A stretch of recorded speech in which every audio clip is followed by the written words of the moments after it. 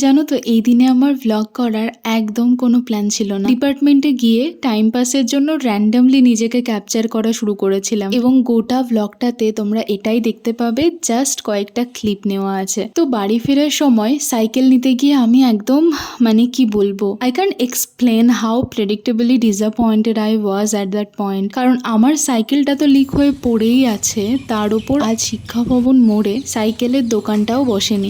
আমি ঠাকুমাকে অলওয়েজ বলতে শুনেছি যে দিন বুঝেই ঘটনা ঘটে, একদমই তাই।